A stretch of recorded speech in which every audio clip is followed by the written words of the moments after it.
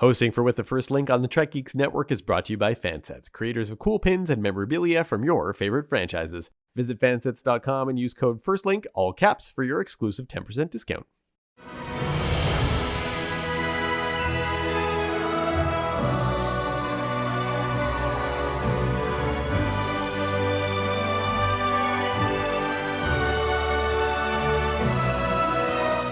Hello, and welcome to With the First Link, the podcast that hopes to make our future as bright and as just as the one that we see on Star Trek: The Next Generation. And we think that one way to do that is to recap and discuss the entire series one episode at a time, doing our best to look at it all through an anti-oppression, pro-diversity, anti-racist lens. I'm Ruthie Cowper-Samoshi. And I'm Matthew Simone, and today we'll be talking about the Schizoid Man. This episode was written by Tracy Torme, Richard Manning, and Hans Beimler, and directed by Les Landau. It first aired on January 21st, 1989. So a couple things before we get into the check-in. The first thing, we just want to mention the title, which Matt just said. This title is, I think, a pretty ableist title. So it's the Schizoid Man, and schizoid personality disorder is part of what is now referred to as Cluster A personality disorders. Just sort of the idea that someone with a personality disorder is evil and would inflict harm on others is super problematic, especially when people with mental illnesses are often on the receiving end of harm more often. So we just want to acknowledge that.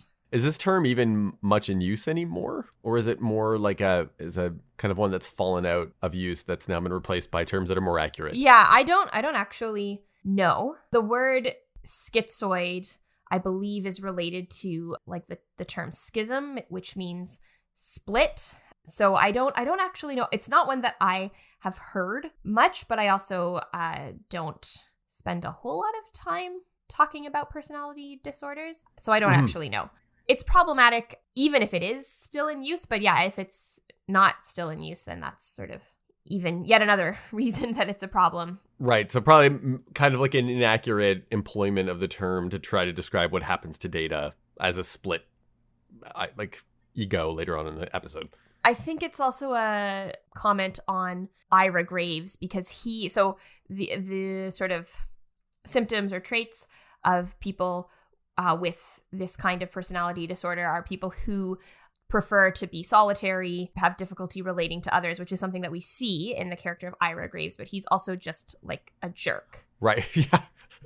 Like that's not the same as having a personality disorder. Right. Yes. Absolutely. Thank you for that clarification. Yeah. So that's one thing we wanted to talk about before the check-in. The other thing, Matthew, you've got some stuff to tell us about. Yeah, so I'm heading down to Mission Chicago, the Star Trek convention in Chicago on April the 8th to the 10th. We'll be doing a sequel to the Trektivism panel that was part of the Trek Talks Trek Geeks Telethon that was doing the fundraiser for the Hollywood Food Coalition. So once again, we'll be bringing together a panel of people, fans and cast members in the Star Trek community who are doing real-world social change. And so we have a great lineup of people. Not all the names are fixed yet, but we'll be doing an announcement about that on social media. So if you're following either the First Link Pod on social media, myself, or the Trektivism hashtag, or the Mission Chicago hashtag, you'll probably see information about our panel. I'm really excited about it because this is what I'm super passionate about, is using our fandom, not as a way to just escape the world, although I think that's still a totally valid way to express your fandom, because sometimes Star Trek for me is a really needed and healthy escape from what's going on in the world. But I think also to take some of that inspiration from the 24th century and bring it back to make this world a little bit more what that world can be. Kind of like what we talk about in the intro to every episode we do. Yeah. So I'm excited about it. I think it's going to be great. And I would love, if you're going to be there, please show up. And also visit the Trek Geeks booth. So Trek Geeks is going to have a booth there, and a number of us who are hosts for podcasts on the Trek Geeks network will be at that booth and hanging out in and around it. So come say hi. Obviously, if you listen to this podcast, you have heard Matthew speak, but I have also had the pleasure of listening to him speak live, and it's awesome. He's a good speaker. So, well, thank you. Yeah. I appreciate that. Yeah. I'm sorry you won't be able to make it this time. I know. And another time in the future, we'll get both of us down to one of these. Yeah. No, I'm not able to make it, but it does sound like it's going to be super amazing, and I'm really happy that you're doing it. So, yeah. Yeah, and I haven't been at a convention since, I think, Las Vegas in 2019. And I don't think a lot of people have been. So Yeah. just because of the pandemic and everything. So we'll be taking precautions, every precaution we can, but it'll be nice to see groups of fans together again. Yeah. Do you want to get into the check-in? Let's get into the check-in. Let's talk about immortality. Ooh. Would you choose to be immortal? Well, there was a time in my life when I would have said definitely yes. And I remember actually having this conversation with friends and being like, it would be amazing. Like, you just meet lots of people and you just, keep meeting new people. And yeah, you have to say goodbye to people who are not immortal. But if I'm the only one who is, then, I still see a lot and learn a lot. So that used to be my thought. I guess that would have been 10, 15 years ago. Now that I am a little older, I don't know. I think that I want to, obviously it was never like an option for me to choose yes or no. I think I would prefer, if I had the choice, to make the time that I have as good as possible, as amazing as possible, contribute what I can and do what I can, and then make space for others. I don't know. What about you? I hadn't thought of it like that, like making way for other people and maybe other ideas. And it's hard to say. I go back and forth on this because at heart, I feel like I'm an explorer and there is so much world and universe out there to explore. Now, how could I possibly see all of it? Sure. Unless I lived for an immense amount of time. Yeah. I don't know about immortality because I feel like after a while, the time and do you retain all that memory? Like after a while, is all that time suffocating?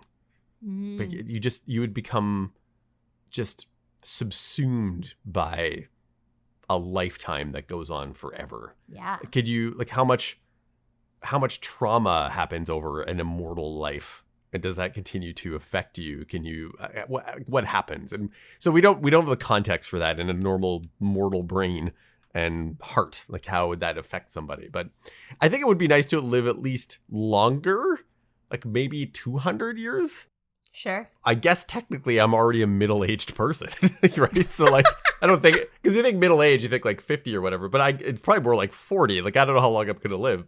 And I feel like I've just kind of barely gotten things started. Like, I envy people who have had such clear direction or focus in their life earlier, because I don't feel like I'm one of those people. Like, I feel like only in the last 5 years has my life really come into like to focus in the way that I wanted. But maybe that also raises questions as to what that's supposed to be. Can a life that's 300 years long be as, like, I don't want to use the word meaningful, but do you know what I mean? Like, yeah. Like someone could probably live like 20 years, a 20-year life, and it could still be as impactful or meaningful, or, how much time do we need for life to be meaningful in that way? And I don't know how to answer that question. Yeah, I think I've talked about, like, a million times, I've talked about the podcast, Our Opinions Are Correct. It's because it's a really good podcast. Mm-hmm. But I remember a while ago, they did an episode on the idea of like parallel universes. One thing that they brought up was a problem with that idea, that if we've got infinitely many parallel universes, a new universe exists for every possible choice that could be made. The problem with that idea is that then there isn't really any incentive to make this universe or this world good. And I wonder if there's a piece of that with immortality. If we have infinite time to do everything we want to do, what's going to drive us to do anything at all?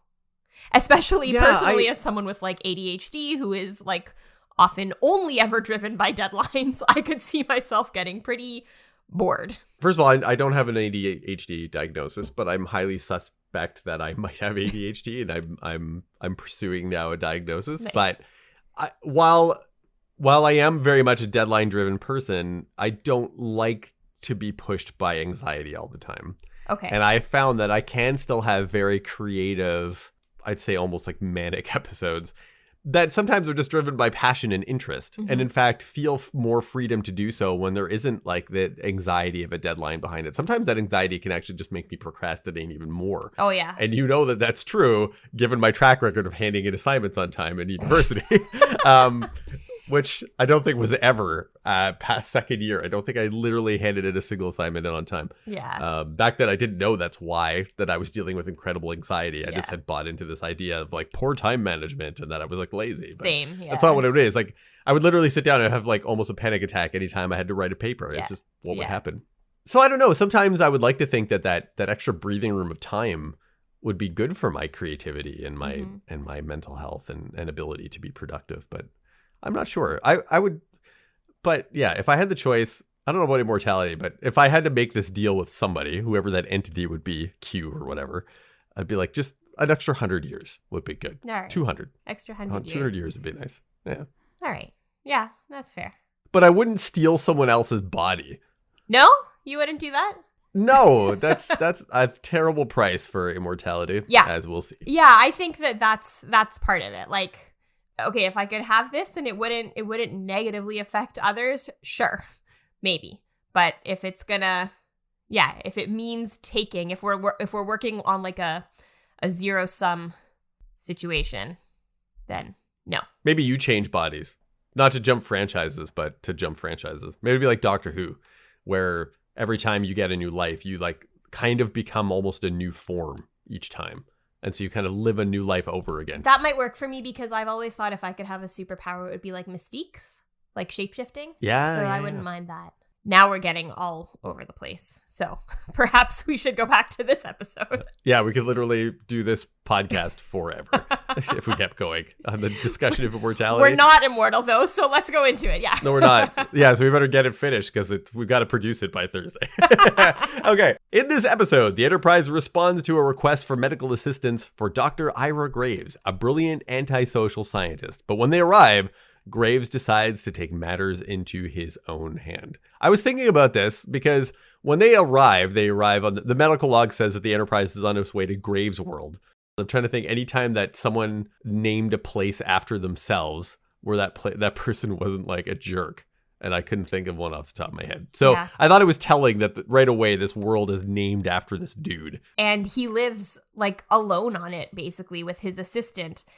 He is, we hear from Dr. Pulaski's medical log that he is arguably the greatest human mind in the universe. And I have to say, like, I just reject that premise entirely. He is clearly very brilliant. He's doing a lot of research that relates to artificial intelligence and cybernetics, and he's done a lot of work in that area. But the idea that, like, you can compare people that way to the point where you can have someone that you could argue is the greatest human mind in the universe, that's not the case. Not possible. No, it seems like maybe that's a definition he created himself, which wouldn't surprise me given what we learned of Graves. But basically, so his assistant has sent out an urgent message asking for help, but then after sending out that call, they're not receiving any messages. So the Enterprise can't say we're on our way because it's just an outgoing message. We need help. They're not allowing any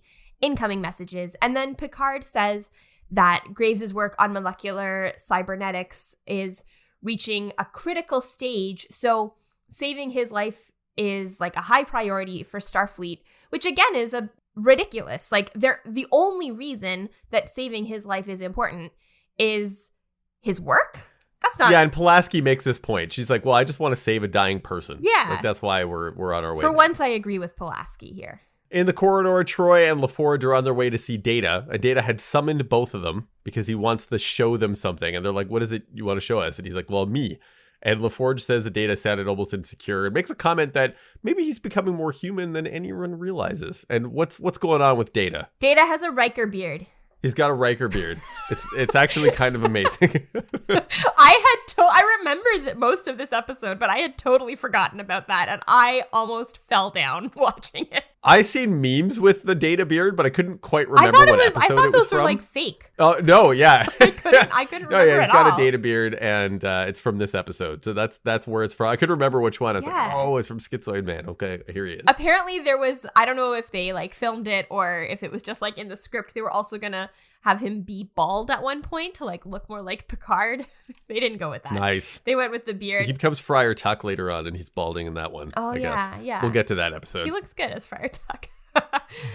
I think it's really sweet. He's trying this out, and Troy and LaForge are just laughing so hard. They're trying not to laugh, but Troy like cannot control it, and she just leaves. Yeah, she just takes off. She just like laughs and leaves. She's just so unsupportive of Data and his choices. Yeah.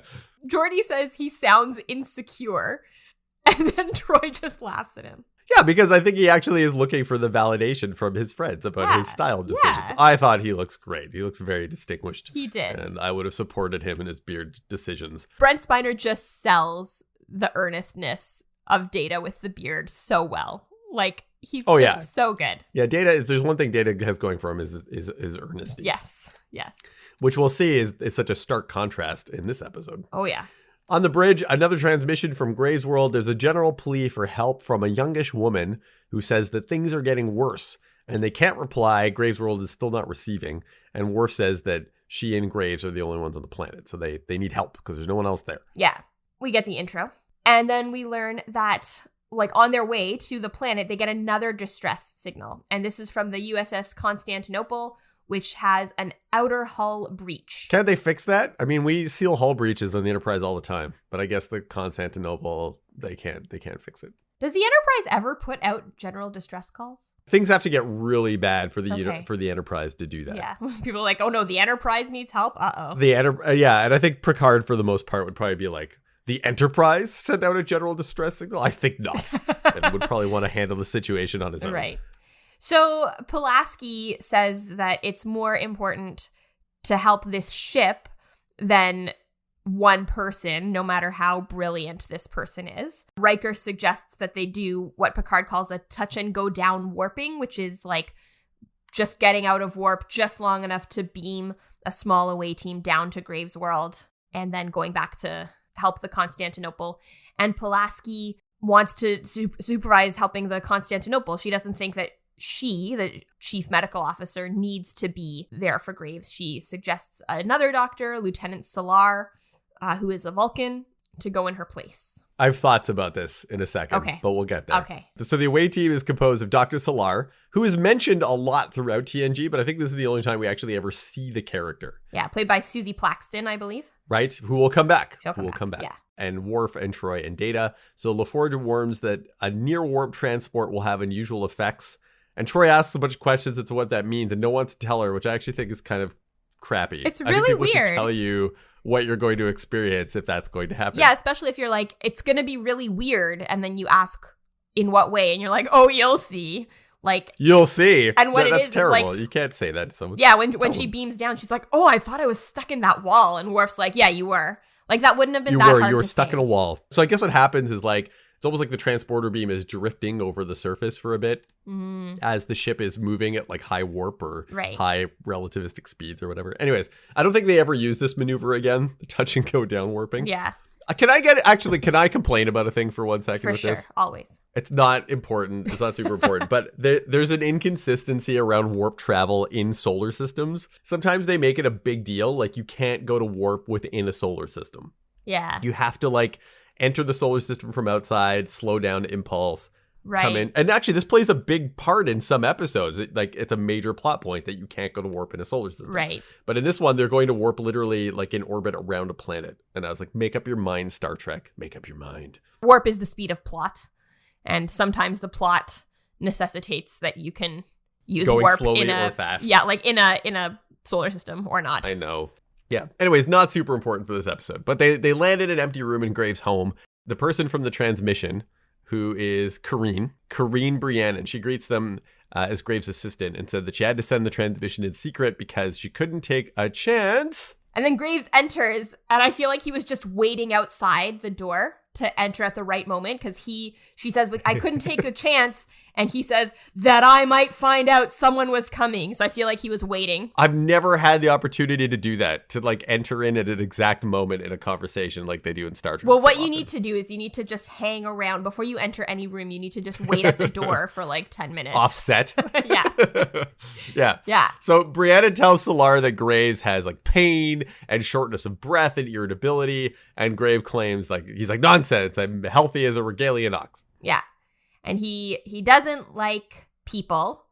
He also doesn't like doctors, who he doesn't count as people, but he does like women, whom he also does not count as people. So he's just a really, I said it in the intro, he's a jerk. Like, he's just the worst. Yeah, and like a lot of like kind of chauvinist, misogynistic comments that he makes, because he makes some comments about Solar and how like she looks, and Troy as well. And that's when I was like, okay. Oh, I think I had the same thought. That's as you. why Pulaski wasn't involved in this section, because I guess it wouldn't make sense for him to make comments about her and her body because she's not, because she's older. Yeah.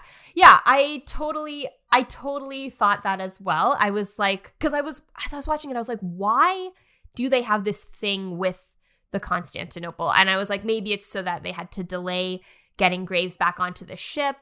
And then I was like, no, it's so that he could make comments about another young-ish woman. So he's making those comments about Solar. Yeah, and it has to be like the young hot doctor. Like it almost is self-reflective on the own episode's narrative, even though it's trying to point him out as being the chauvinist. You're like, wait a second. Yeah, they're just as bad. Yeah. Ugh. Yeah. And so Graves is kind of, I feel like this is a pretty classic trope of like the genius who is so smart that he doesn't have to think about being like a kind person. So he's Elon Musk. Oh my gosh, you're not wrong. Yeah.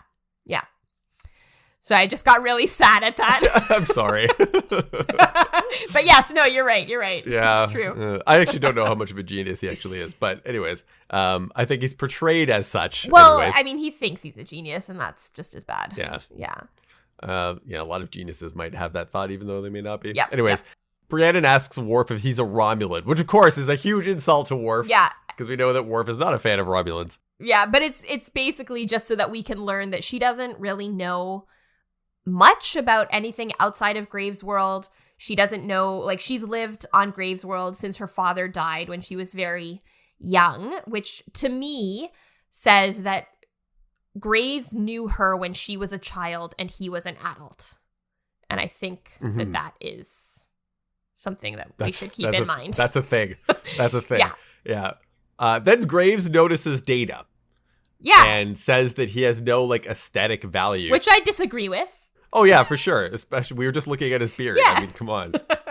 He recognizes Sung's work. And it was, I couldn't figure out if, like, are we saying that he is so familiar with cybernetics that he recognizes Sung's work? Or literally because Data looks like Sung. Like, he looks, like, his face is modeled after Sung. So you think you would look at him and be like, oh, you look like Sung. I think that what probably the writers meant at this point was, like, because he worked with Sung, that he knows the kinds of projects that Sung worked on and created. Yes. But later on, when we see that Sung is played, and every Sung in the entire Star Trek universe is played by Brent Spiner. Well, and we know that already, because when Data, oh no, I guess not, because when we find the mold, I was thinking when we find the mold for Lore, we know that he looks exactly like Lore, but you're right. They may have not established at this point. Right. So this might be like we haven't figured that part out yet in the story. Okay, fair enough. Yeah, but it should be, because he says that he worked with Sung. He says he taught Sung everything he knew. So he recognized, this sounds, at this point, he should have recognized. Yeah, at this point, this is a dig at what Sung looks like if he says that Data has no aesthetic value. Oh, maybe it is. Yeah. That might be deeper than we're giving it credit for. But yeah. But he says that he's Data's grandfather, basically. He's Data's grandfather. Yeah. He's kind of establishing himself as this parental type figure. Yeah. And as they're having this conversation, Solar sneaks up and begins to examine Graves, which I think is probably medically unethical to do, since he clearly is refusing treatment. I think so. Yeah, you're not supposed to do that. Yeah, and he says that. He's like, doctors are always sneaking up behind you. He's like, so what is the prognosis? And so Solar, who's a Vulcan, did we say that? Solar's the Vulcan. I think, yeah. She says that he has Darnay's disease, which I think is a made-up Star Trek disease like all the other ones. It is. But that it's terminal and he's in the final stage. Yeah, but I looked up, apparently there's a character. Of course you did. There's a character, Charles Darnay, in A Tale of Two Cities, which I haven't actually read, but apparently that story is about identity theft and imposter. Oh, look at that. So they're, that's cool you that know, you found that's that. a cool, I think that must be intentional. I always appreciate your background research, Ruthie. Thank you. There's little things in Yeah. there that it just adds so much It's more little like pieces to these episodes that I did not know And about. it's one of So those great. things, like, Star Trek isn't, you know, it's not always that, like, subtle with the metaphors and, you know, but I do Really? like when they put little things like that in, because it's, you know, a little bit of Yes. subtlety. They're thinking that, hey, someone 40 years from now might look this up on like On IMDb. Memory Alpha. Yeah, Yeah, or IMDb for their podcast. yeah, exactly. So the Enterprise finishes with the Constantinople. They're like, dudes, like, close your doors or whatever and not let your air out into space. They treated everyone who needed it. They're on their way back. So Graves and Data are hanging out in Graves' office, and Graves is whistling "If I Only Had a Heart" from Wizard of Oz. Yeah, and so Graves tells Data to call him Grandpa, and Data asks what that tune is that he's whistling, and they have a little conversation about the Tin Man, and Data wants to know, like, what happens to this Tin Man, because, you know, does he become a real person? And Graves says, well, it turns out he always was one. He just, you know, was too nervous to realize, which, like, I don't know if the writers know this yet, but that is the case with Data. He is a real person. He doesn't need to become more human. He is a full person. He has feelings in a different way, but they're still feelings. I feel very strongly about this. Yeah, and I think you're right, and I think that they're trying to head into that conversation in this episode, and of course we'll have that conversation later on this season. Yes. As well. Yeah. I was kind of creeped out by Graves telling him to call him Grandpa. Yes, so was I. That it feels weird. It's such a, like, let me impose myself into this type of relationship, and Data being so, I don't want to say naive, but basically innocent. He's like, oh, okay, this person wants to establish this familial relationship with me. And I would like that, because up until now, Graves is the closest thing that Data has come to meeting his own creator. Yeah. It's, to me, that sort of thing is like, someone can ask, can I call you Grandpa? And you can say yes or no, but you shouldn't tell someone to call you that, I think. Yeah, it was creepy. It felt creepy. I didn't like it.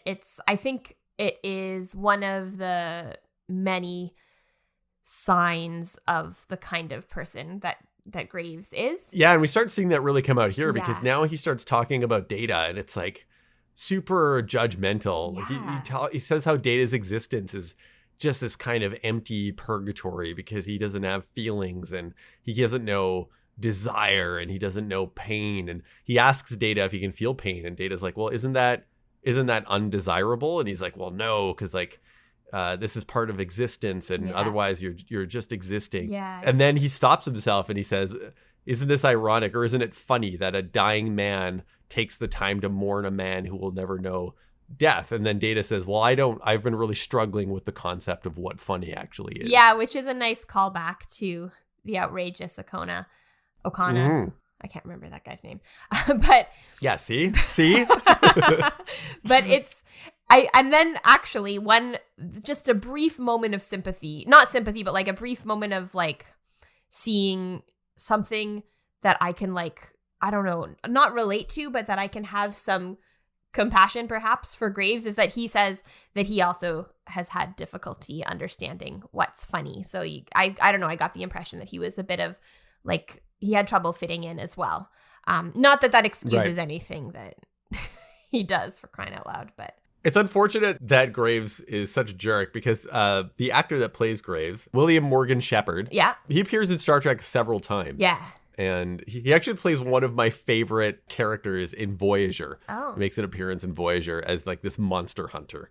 And it's such a great performance. He's also kind of a jerk, but not like a gross jerk. He's just kind of like a regular jerk. Right.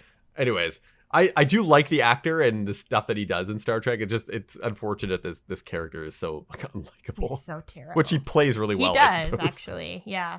We go out into the other room.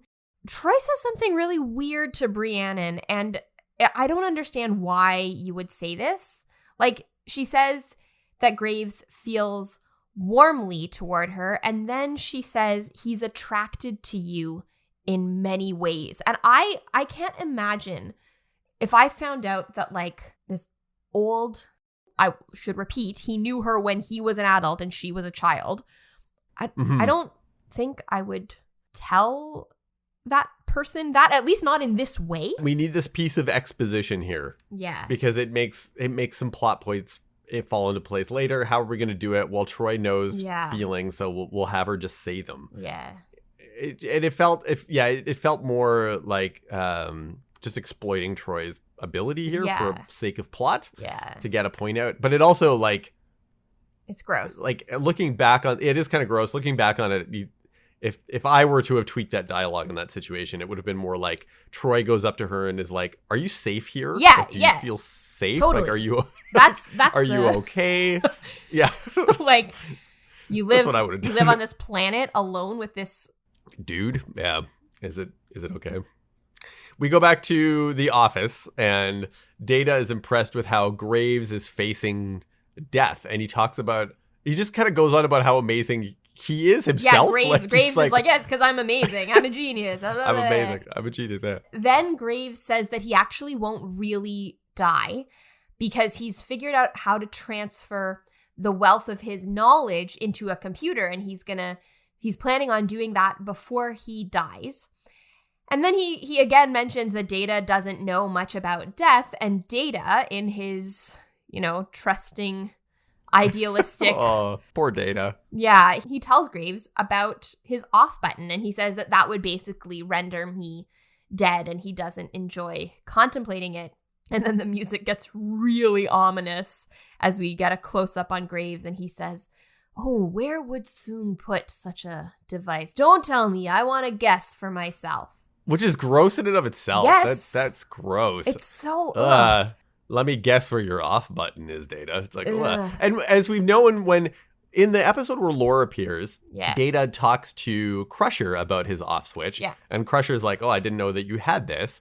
And he's like, well, basically something to the effect is that he wouldn't really tell anyone unless he really trusts them. He thinks that he's establishing this kind of intimate, like, familial relationship with Graves. And so he's just so taken advantage of. And it's terrible. It is awful. It's a violation. Oh, for sure. Yeah, definitely. The Enterprise arrives, and Solar says that she doesn't want to interrupt Graves and Data because they're clearly getting along so well, but she does want to get Graves up to the ship. And now we have another entrance right at the perfect moment where Data enters, and he says, "That won't be necessary, Doctor. Graves has died." And he gets a little, like, corny as he's like, "Oh, Graves, he died in my arms, and his last wishes were something about his funeral." Yeah, it's unusually sentimental for Data. Yeah, unusually sentimental, and it does not ring true. Like, it doesn't feel like true sentiment. Maybe I say that because I know what it is, but I think it comes across as fake. This is the tell for us that this transfer happened. Yeah. And so Graves is now in Data. Yeah. Where he again waited outside the door until he could find the perfect moment to enter the room. The perfect moment, yeah. Back on the ship, Picard feels empty that the mission was unsuccessful because they failed to rescue Graves, and he says, whatever scientific secrets Ira Graves was about to unlock have been lost forever. So they're going to go to the nearest star base so that Brienne... It's funny the way he puts it. He's like, yeah, so that Ms. Brienne can get on with her life. Get on with her life. And... She's like, I guess so. Yeah, and so then we see a little more of Data acting a little bit weird in Picard's ready room with Dr. Solar and Riker and Picard, and he's just kind of talking about what the final moments were like, and he's, there was no point in alerting the doctor. Everyone has to die. And then as he's leaving, he wants to confirm that they are going to honor Graves the way he wanted to be honored. And he says he is glad, which I feel should be a bit of a tip-off because Data does not use, whether he feels emotions or not, he doesn't use words like glad about himself. Right. I feel that should be like for the other characters. They should be like, I'm sorry, you're what? Then we go to 10 forward. Briannon is sitting looking at the stars, and Data enters, and he gets kind of creepy talking about how she always loved the stars and she's a stargazer. As if he knows her, right? Yeah. So she thinks that this is stuff that Graves told him. And then he says, Ira never told you how beautiful you were to him. And he says, you are everything to him, and almost touches her hair. And she's like clearly taken aback. And then he just leaves. Yeah, and in the transporter room, Data, Karine, Picard, Troy, LaForge, and Wesley all gather to send him off. They're going to beam him into space. So he's in a torpedo tube casing. They can see his face. Yeah. And Picard gives a eulogy and said that he had rare gifts and great accomplishments that will be sorely missed. And Data decides to say a few words. And he's basically talking about himself because, again, Graves is in his body. Yeah. So he says that he had the face, or he's like the face of a thinker. He was a warrior. He's a man for all seasons. He was not perfect, but if there was an imperfection, is that he was too selfless for common man. Everyone's just getting shocked as Data's saying all of this. Yeah, they're like, what is going on? And then he has this phrase that he says, to know him was to love him, and to love him was to know him. Those who knew him loved him, while those who did not know him loved him from afar. It's just like ridiculous. It's bad. And Picard finally like cuts him off and he's like, sir, I'm almost finished. And he's like, no, Data, you are finished. Yeah. LaForge beams the torpedo with Graves in it into space. It's like a burial at sea. Yeah. Karine Rhiannon gets really sad. And Data, he's behind her. And he looks at first pleased to see that how sad she is. And then Picard, puts an arm around her, which I will say is awkward. A little bit, yeah. It's like those things. We need to make this happen now, yeah. So we're going to write this thing. So and I also wonder if, as the character is just kind of well, I don't usually have to comfort people like this, but I guess I'll put my arm around her. I think this is what people would want. They're there. Yeah, this is what sympathy looks like, right? This is what compassion looks like. But Picard. Data looks really angry at that. Yeah, there's this jealousy there. And so they go back to the ready room and Data apologizes so much for talking and kind of babbling on. And he explains that he thinks of Graves as a grandpa. And Picard says that Data might be overdoing it with trying to be human, suggests he just be himself. Yeah. And Data agrees and thanks Picard. And Picard looks pleased with himself. Yeah, Picard looks like he thinks he's really imparted wisdom on Data. Fixed it. But then as Data leaves the ready room, he's got a really smug look on his face, and this woman walks by him and he stares at her butt as she walks past, and then he starts whistling If I Only Had a Heart as he gets into the turbo lift, which is if as the audience you didn't know that Graves was in Data's body, this is really where you, I think, would figure it out. A, because he's whistling that same tune, and B, Data can't whistle, if you recall. From the first episode. Oh, yeah, good point. Yeah, I hadn't thought about that. Tune right. Yeah, I was thinking more in terms of the song, but you're right. Data can't whistle. See? That was smart. Yeah. So Picard thinks something went wrong on Graves' world, and he and Troy are talking about it. Troy is also concerned. They think that maybe losing a grandfather figure affected him in an emotional way that they didn't expect, that he's grieving. And Troy kind of says she hopes that's what it is. What I love about this is that they are allowing the possibility of what's going on with his behavior to be about Data's evolution. Yes. Partly this is because they don't recognize that Graves has created this technology to do the mind transfer, so that hasn't really occurred to them. But they are trying to understand the situation in terms of Data's capacity to grow. And so in that way, I appreciated that. They're like, okay, well, how do we understand what's happening with him? Maybe he's being impacted in a very human, emotional way. And I appreciated that. Yeah, I did too. I think you're absolutely right about that. So then on the bridge, Wesley... I couldn't tell if he was he being facetious? I couldn't tell. I don't know. I feel like Wesley is sometimes things that you think were really cool when you were a teenager, then you look back on them, you're like, oh no, that wasn't good. I feel like baggy sweatshirts. Listen, I love baggy sweatshirts. That was cool in the 90s. Or the baggy but I sweatshirt. feel like that's Wesley's going to look back on this and be like, wow, I can't believe I thought that was a great speech that Data made. Because it might be one of those, he's going on about how amazing it was to know him, was to love him, was to know him. And then Data gets all patronizing and he's like, you're too young to understand the sophistication of, my brilliant verbal composition, which you also don't understand sophisticated verbal composition because it was bad. No, yeah, it was really bad. So Wesley points out that Data, he's like, Data, chronologically, you're not even much older than I am. But Data still calls him a boy. Yeah. And then refers to himself as a scholar, artist, philosopher, lover or genius and like lover. Yeah. And Riker's standing there as well with just kind of this peculiar look at his face. What is going on? Yeah.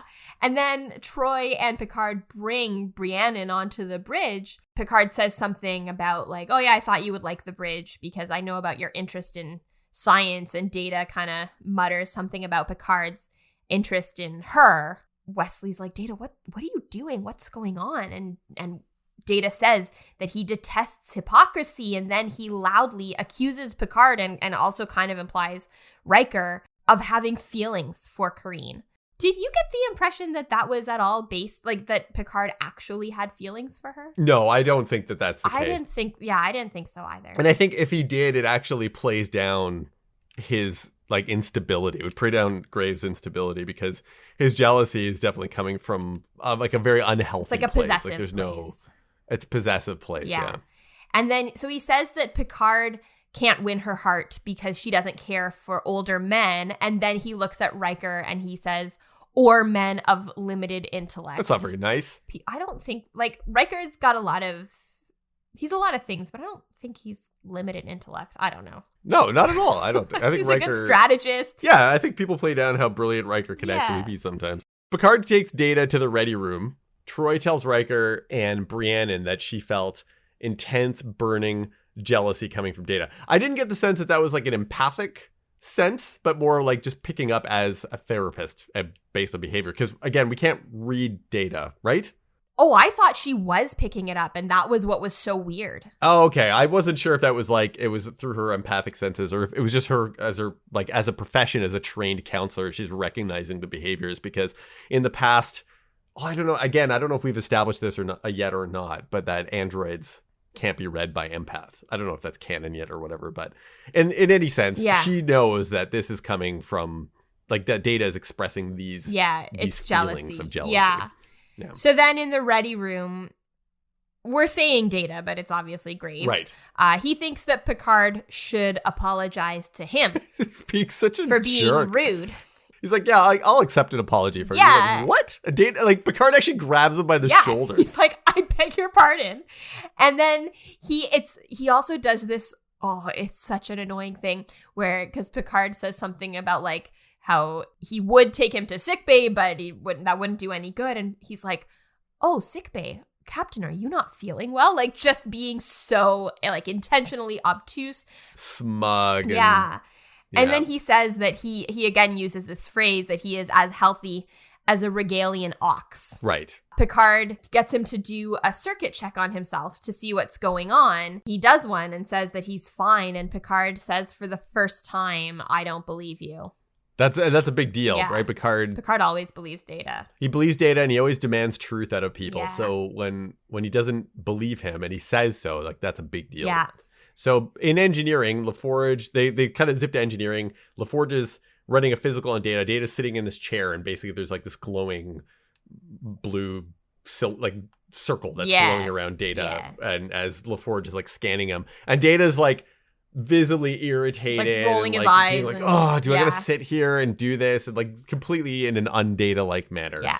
Who thinks that this is just a waste of time. Yeah. So then Picard, after much argument, sends Data into the corridor to wait for him, and LaForge says there's nothing wrong with him. We can't find anything, at least in the circuits. Yeah, and so Troy says, well, maybe we're looking in the wrong place. Maybe it's not something physical, it's something mental. And so she gives Data a psychotronic stability examination, which is something that they all did before graduating Starfleet Academy. And basically, she puts these, what are those things called that they put on the forehead? Some kind of mind probe thing. In addition to watching Wesley go through his like psychological tests in the first season, I've started to question Starfleet Academy and the mental trauma I leave on people. For sure.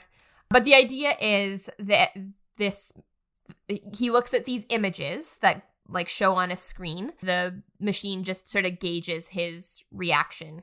The images include, it's kind of funny. So like, there's Karine Briannon, there's a waterfall, there's the ship, and then there are like scenes from previous episodes. So there's like Tasha Yar, there's Picard, there's like Riker without a beard, there's we see, what's the guy's name? Remick from the conspiracy episode. Like we just see all of these like There's frames from one of the Star Trek movies from Wrath of Khan that are in there. Yeah, from some of like the visuals from the Genesis device. Oh, yeah. They're just kind of thrown in. They're like, throw it all together. Yeah. In the ready room, Picard is talking to LaForge, and he says, like, well, you're Data's best friend, and he wants LaForge to kind of speculate on what's going on. And LaForge has some ideas about Data, like, really wanting to be human, but that he stops talking about that when Troy enters because she's got some bad news.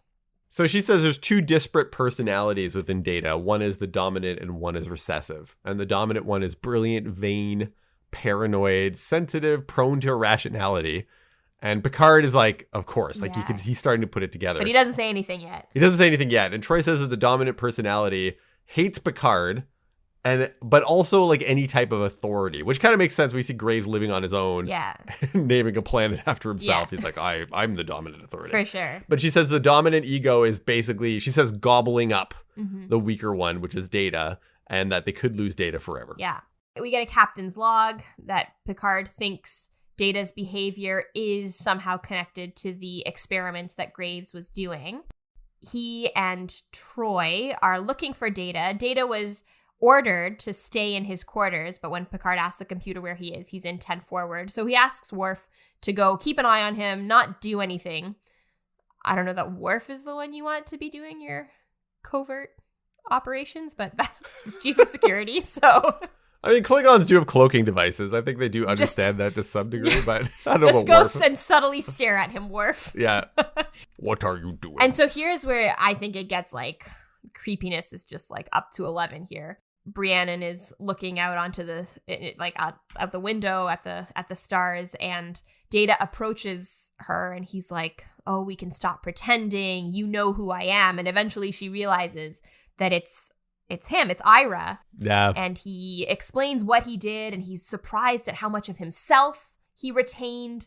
She's like, "You're not going to get away with this." And he's like, "How? It's my body now." So back in the ready room, Solar and Troy tell Picard that Data and Graves were alone together for practically the whole time they're down on the planet. So this has given them the window of opportunity to do the data transfer of like data transfer. Didn't even mean that. But so basically he's put his mind into Data, taking him over. So Solar tells Picard that Graves seemed brilliant, egocentric, arrogant, chauvinistic. And Picard's like, sound familiar? Does that sound familiar? Yeah. So they all realize what's going on. Yeah. So then, back in 10 forward, Graves is so happy to be immortal. Yeah. And he like grabs her hand, and he says that he's going to make an android body for her too. And they can witness the end of time together. And he says, I can love you now the way I always wanted to. I mean, he's not asking her what she wants, first of all. But the other thing is, like, he says before he was too old.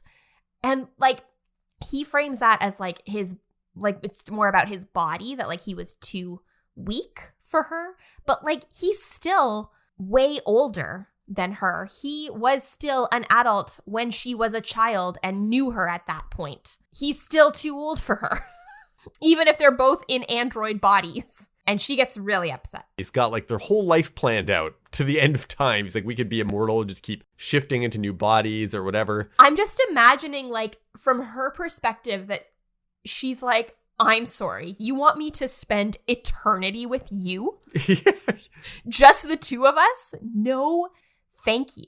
Like, in terms of immortality, like, you think about, okay, like, if we're going to live that long, and you think about how over that time changes and the universe changes around you, but do you change? Yeah. I wonder if those who are seeking immortality might be the ones on whom immortality would be the most wasted. Right, because they wouldn't grow, or change or evolve over time. Like, I don't think Graves is one who's like, okay, I'm taking your feedback and I'm going to think about these things and change my behavior now. He doesn't seem to be one who's open to changing. Yeah, I would agree with that. Yeah, so it's just something to think about, is that maybe, those seeking immortality would be, the least likely to use it effectively for growth or whatever. Yeah. Anyway, but you're right. She's like, she doesn't want to stay with him because he's a jerk. Yeah. She's like, you're not going to put me in a machine. Yeah, she wants to live her life. And then, like, he's holding her hand, and he gets angry, and he starts holding her hand really tight. And so she says that he's hurting her, and he immediately lets go and leaves 10 forward. But he was, I mean, this comes up a little bit later with like he doesn't know his own strength, but regardless of that, like he was out of anger, he was squeezing her arm. Yes, it's scary. It is scary, yeah. And so back to the ready room, Picard, Solar, and Troy catch up on all what's happened, and Picard quotes from Shakespeare, and you found that it is it's Sonnet 18. It's the one that the sort of famous one that starts, "Shall I compare thee to a summer's day?" And it ends, "So long as men can breathe or eyes can see, so long lives this, and this gives life to thee." I thought that sonnet was about like someone talking about their lover's beauty existing forever, which is not quite what is going on here. But anyway, that's what Picard says. Picard likes Shakespeare. Yeah, and there's kind of I want to say like an admiration almost in Picard's voice here for what Graves has accomplished, even though it's kind of... Anyways, immediately afterwards, he says, "Graves may have built a bridge between person and machine, but now I'll be forced to tear it down."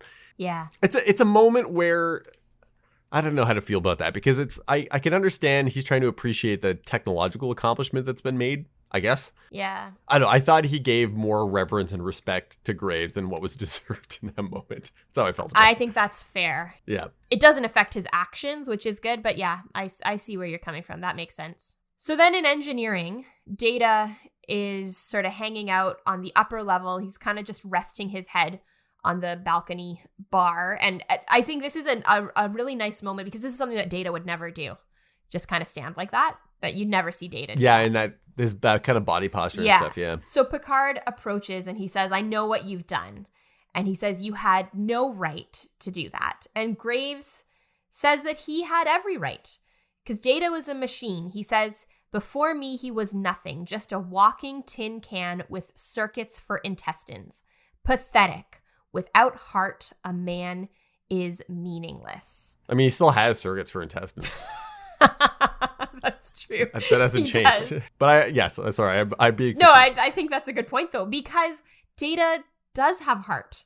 And absolutely. The whole song that Graves kept whistling was, it turns out that the Tin Man does have a heart. Like we've said, several times, this season is really setting us up to think about, is Data a person? And so here Picard is arguing that he is a person. Yeah, and that he's a new life form. Yeah. He actually says that in there. He's like, Data is a form of life. He is a life form, and now that you've cheated. Yeah. You've cheated by extending your life at the expense of another person. Picard takes the elevator up to the level to where Graves is, and we see that LaForge is on the floor, unconscious, right as Graves is saying that Picard is lucky he's not a violent man. Right, yeah. He says that, these unconscious people, that wasn't his fault. They told him that he shouldn't be up there, and they shouldn't have told him that. And he seems to like believe, or at least be like trying to convince himself that what he's saying is true, that it wasn't his fault. Yeah, that even though he is, there's now like a pile of unconscious people on the floor. Yeah, so Picard points out that yes, Graves was working on bridging that gap between like a person and a machine, but that Data wasn't ever actually part of his plan. It was just a coincidence that Data showed up. And Graves talked about how he was planning on uploading all of his knowledge into a machine. The fact that Data was there, that wasn't something Graves had planned to do. Then he also points out that something has gone wrong, and like, look at all these unconscious people, and he calls to sickbay to ask how Karine is doing. Her hand is fractured, and Graves is visibly upset at that. Yeah, and again, explaining these are all accidents. I started wondering, like, okay, did something go wrong? They sort of imply that Graves' behavior is not endemic of who he is, but might be as a result of this illness. And so then I was like, okay, well, if we grant that, then perhaps what's happened is like whatever the state of his mind as a result of that illness has now persisted. Like it's once been it was preserved uploaded to in Data. that state, yeah. In that state or something. But for whatever, but maybe he was always like this. I get that impression. Yeah, me too. So basically, Picard's main point is, he says in the end, he says, no being is so important that he could usurp the rights of another. And at that point, Graves yells and hits Picard, also knocking him unconscious, but then asks himself, how many more accidents? So I get that he doesn't know his own strength, because Data's body is ridiculously strong, as we have seen before. But he said he wasn't a violent man, but he just, out of anger, fractured Kareen's hand, knocked at least 2 engineers unconscious, or like maybe he didn't mean to knock them unconscious, but he did hit them when they told him he shouldn't be up there. And he, again, hit Picard out of anger and knocked him unconscious. Maybe knocking him unconscious wasn't intentional, but hitting him was intentional. Like, he is being violent. It's not really an accident. No. It's an accident. Like, yeah, he didn't mean to knock him unconscious, but he did mean to hit him. Yeah, it's not really accidental. But it does seem to have an effect on him. Seeing that he has knocked now yet another person unconscious does seem to affect him, and he realizes that he isn't in control. Yeah, he's not completely disconnected from the damage that he's inflicting on people. Pulaski arrives in engineering and wakes Picard, and LaForge is also just waking up, and Picard notices that Data isn't there, and he has to go, like, find him. And Pulaski's kind of wants to restrain him because he's just woken up, and he's like, no, we gotta go deal with this. LaForge, Picard, Pulaski, Brienne, and they all arrive at Data's quarters, and Data's lying on the floor, and he wakes up, or they start him up, and he's like, may I ask a question? And then LaForge is like, I think you just did, Data. And he's like, then may I ask another one? And another after this one. And he starts to ask why he's lying on the floor in this like dignified position. And Picard's like, well, that's enough for me. I recognize that this is Data. And it so clearly is. That's one thing that, there's so much that Brent Spiner does so well, but making the distinction between Data and anyone who's inhabiting Data's body is just so, it's one of my favorite things about Data and about what he's able to do. But then Briannon looks at the computer and sees that Graves has uploaded himself in there. And that'll become a future point in many other episodes. You're being facetious, right? I am. Yeah, we never talk about Graves being in the Data's computer ever again. About that, and I was like, oh, so is it just gonna hang out with Moriarty? Like, yeah, they're friends. They would be well suited to each other. They would either be well suited, or they would like their programs would like destroy each other because they would each want to be the top dog. He's like, I'm a sentient mind trapped inside of this computer, and Moriarty's like, first time, eh? Like, join the club of the other collected sentient digital beings that live inside of the Enterprise by the end of the show. Yeah. Then we get a captain's log. They have said goodbye to Kareen Briannon, and the intellect of Ira Graves is in the ship's computer. All of the knowledge is there, but no consciousness.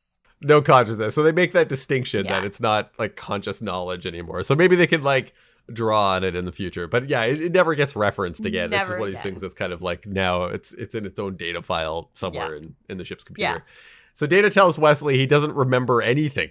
And so Wesley again quotes this speech. He's like, you don't remember? Like, to love him is to know him is to love him. And he's like, maybe it's best that I don't remember. I love that. Like, yeah, maybe. And then he's like, I didn't do anything like unbecoming of a Starfleet officer. And Riker teases him and asks if he remembers wrestling a Klingon Targ.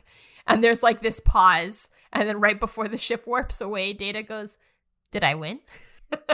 Because you want to make sure you win against the Targ. Targ wrestling's it's a matter of honor. For sure, yeah. Thank you so much for listening to this episode of With the First Link. If you liked what you heard, please feel free to leave us a 5-star rating and a review on Apple Podcasts or your podcast provider of choice. Our cover art was created by Nathan Nunn, and you can find more of his work at nathannunn.ca. Our theme song is An Amazing Adventure by Flame Lion Studio. You can follow us on Instagram or on Twitter at FirstLinkPod, or send us an email at firstlinkpod@gmail.com. Let us know if you ever want to be immortal. I'm Ruthie. And I'm Matthew. And generally speaking, don't give your own eulogy.